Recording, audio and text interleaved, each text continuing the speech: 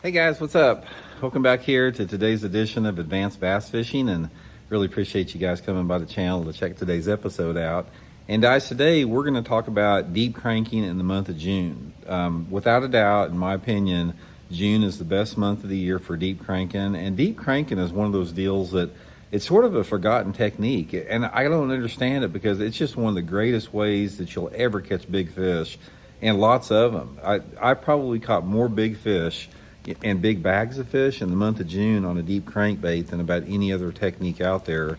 So I'm going to give you guys sort of a nice little seminar on what to look for, how to do it.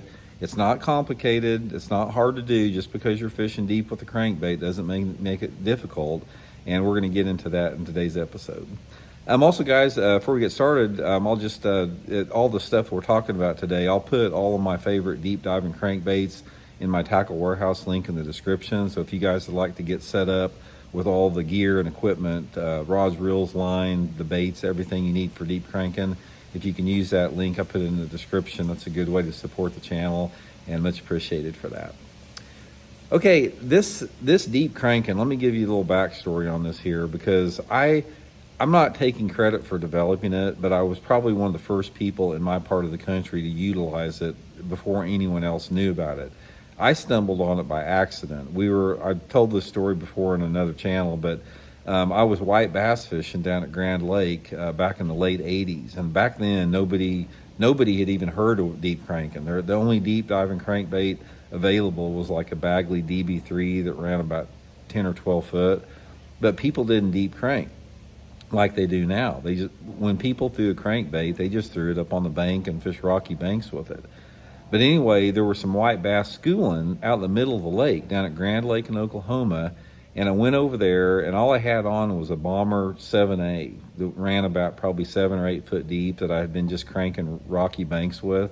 And I threw that out there and was catching a few white bass, and then I caught about a 4 or 5 pound largemouth. And then I caught another one about 4 or 5 pounds, and I didn't even know what was out there. I was just fishing for the schooling white bass, and I got idling over there, and there was a drop off right where those white bass were. The top of it was in about 5 or 6 foot of water, and it dropped off to about 12 feet. Now, this was before we had GPS mapping or, the only thing we had was a flasher and a paper map.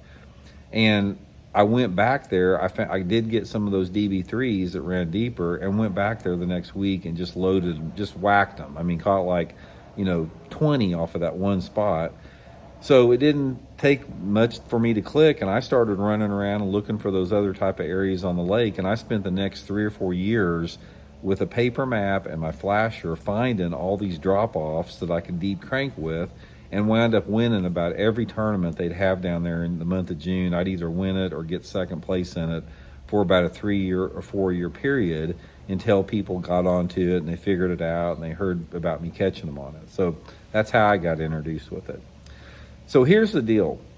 Why it's so good in the month of June is, in the month of June, there are more fish that move out into deeper water and school up than about any other time of the year, especially quality fish. That's why, historically, if you guys have followed tournament fishing much, deep diving crankbaits in the month of June, it was a big time winning deal before forward-facing sonar. And it sort of fell by the wayside a little bit now since people started doing it more and using, spotlighting for bass. But nevertheless, there's a window in June that you definitely want to try this technique. The best window period is from about the 1st of June till about the 3rd week of June. And this is just when those fish get out there a little bit deeper, depending upon the lake that you're fishing. Now, this is a technique for man-made impoundments that have hard structure in it. There's a couple different things that you want to look for. If you're on a ledge lake, like a TVA lake that has river channel ledges and intersections and ditches, everybody knows about that. You're cranking the river ledges and cranking the drop-offs. But if you have just a typical man-made impoundment, like most people fish, it's all about fishing points.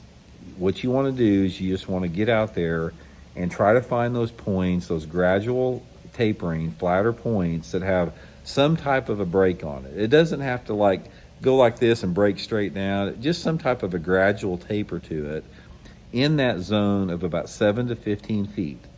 So the first thing that I do on a lake that I've never been to before, I look at my map and I try to locate some flatter points. Yeah, I've caught them on steeper points, but flatter points seem to be a little bit different.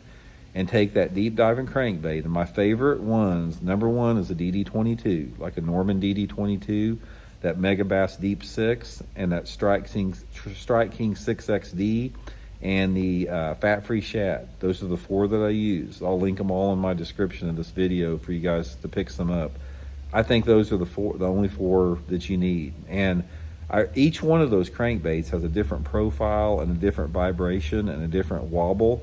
And since you're dealing with schooled up bass, these fish get conditioned real quick to one crankbait. So that's why when I deep crank, I've got 3 or 4 crankbaits on, different ones, because I'll maybe make 30 or 40 casts with one crankbait, maybe catch a couple, and they stop biting it. Then I'll throw a different crankbait in there, a little bit different wobble, and they start biting it.